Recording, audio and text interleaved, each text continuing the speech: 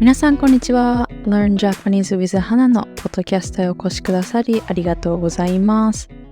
このポッドキャストは日本語を勉強中の方へ向けたポッドキャストで、日本の文化やニュース、また私の個人的な体験だったり経験など様々なことを日本語でお送りしています。皆さん最近はいかがお過ごしでしょうか？私はこの前日本に住んでいる外国人の友達に会ってきたんですけど、その友達は最近日本に来ていろいろ旅行とかしてるみたいなんですけど、もうやっぱり日本の暑さだけ本当にどうにかしてほしいって言っていて、やっぱりどの国から来ても今の日本は本当に暑すぎるよなと思って、本当になんかもうやってられないといった感じかなって思いました。今日本に住んでいる方だったり、これから日本に来る予定がある方は本当に熱中症、その暑さだけには気をつけてください。さて今日のテーマは日本のお酒です。日本でお酒を飲める年齢は20歳、20歳からなので、もしこれを聞いている方で、20歳未満の方がいましたら、実際日本でお酒を楽しむのは20歳になってからにしてください。では今回なぜ日本のお酒について話そうかと思ったかというと、海外に行った時だったり外国人の友達に会った時に、日本では何のお酒を飲むのとよく聞かれるなと思ったからです。そして私はお酒をよく飲む方ではないので、あまり詳しくないので、これを機にいろいろ調べてみようと思い、今回はお酒をテーマにお話ししてみようと思いました。皆さん日本のお酒と聞いたら何を思い浮かべますか？酒を思い浮かべる方が多いかなと思います。日本語では酒という言葉自体はアルコールという意味です。皆さんが思い浮かべるであろう酒は日本語では日本酒と言います。直訳するとJapanese alcohol です。なのでそのままです。日本酒はビールとかワインと同じ部類の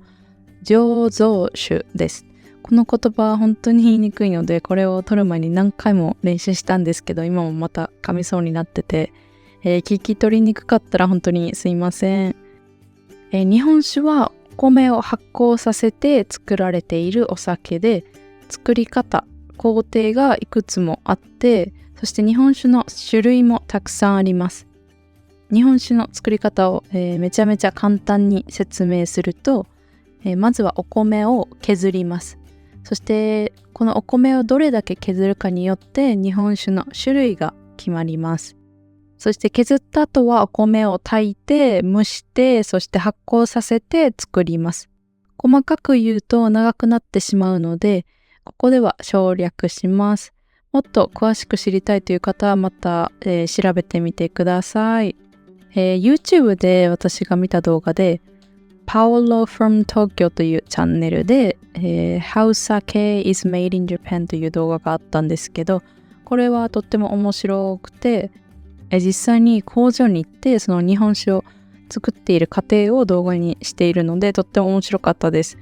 なのでもし興味がある方はぜひ見てみてください。そして日本酒というのは、原材料の米に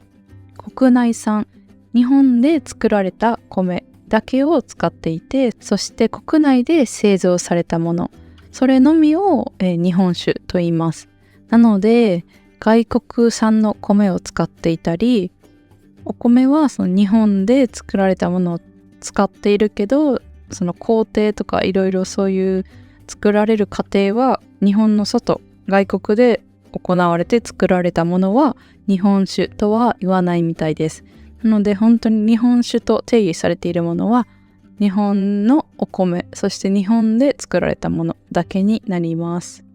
次に日本酒の歴史について少しお話ししようと思います。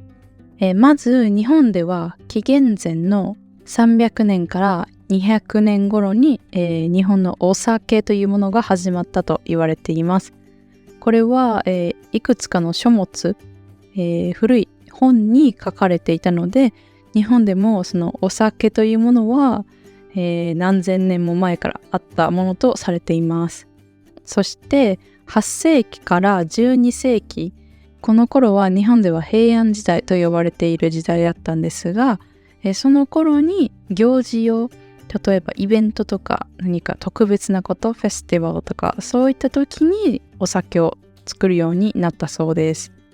その後、その美味しいお酒を作るためにいろんな技術開発、お酒を作っている方がいろいろ研究したり繰り返し作ってみたりして、江戸時代の中期には今と同じスタイルが、完成されていたそうです。江戸時代というと18世紀頃になります。なのでこの頃には今とほぼ同じようなスタイルで日本酒が作られていたそうです。それが今までずっと受け継がれてきて、この日本の文化とか伝統、技術が残っています。そしてそれを今私たちが楽しむことができているということになります。日本酒が日本の歴史と文化と深く関わっていることがわかると思うんですが、じゃあ日本人は日本酒をたくさん飲むのかですよね。答えは人によるが正解になってしまうんですけど、日本酒はやっぱり一番みんながよく飲むお酒という感じではない気がします。これは本当に私の勝手な、イメージとかにはなるんですけど、やはり日本酒は一番安いお酒とかではないので、頻繁に飲むかと言われるとそうではない方が多いかと思います。私も頻繁に飲むかと言われたら全然日本酒を飲む頻度は少ないです。じゃあいつ飲むかなんですが、日本酒はその全国で作られているので、旅行に行った時にその土地で有名な日本酒と料理と一緒に、飲んだり、あとは普段レストランに行った時とかに飲む方が多いかなと思います。私の場合はレストランに行っても日本酒を飲むということは少ないんですが、その日本酒を飲みたいなっていう気分になった時は、よし今日は日本酒を飲みに行こうっていうのを決めて、そして日本酒をいっぱい置いてあるレストランとかを探していくって感じです。なので今日どこかご飯行こうって言って食べに行って、日本酒あるから日本酒飲もうっていう感じは私は個人的にはあんまりしないです。そして若い方、例えば20代とかで最近お酒を飲み始めた方が日本酒をたくさん飲むかと言われてると、そんな感じではない気がします。もちろん飲む方もたくさんいるんですけど、私のイメージでは日本酒はどちらかというと、ちょっと年配の方、私からするとそのお父さんとかおじいちゃんが飲んでるイメージがあります。そして毎回飲むお酒というよりかはなんかたまに飲む、たまに楽しむ感じのお酒な気がします。もうちょっとその特別感があるお酒な感じがします。もちろんお酒はその個人の好き嫌いによるものなので、一概にも絶対こうとかっていうのはないんですけど、そうですね、そのビールみたいに毎日飲むといった感じではない気がします。では日本人はどんなお酒を普段よく飲むのかですが、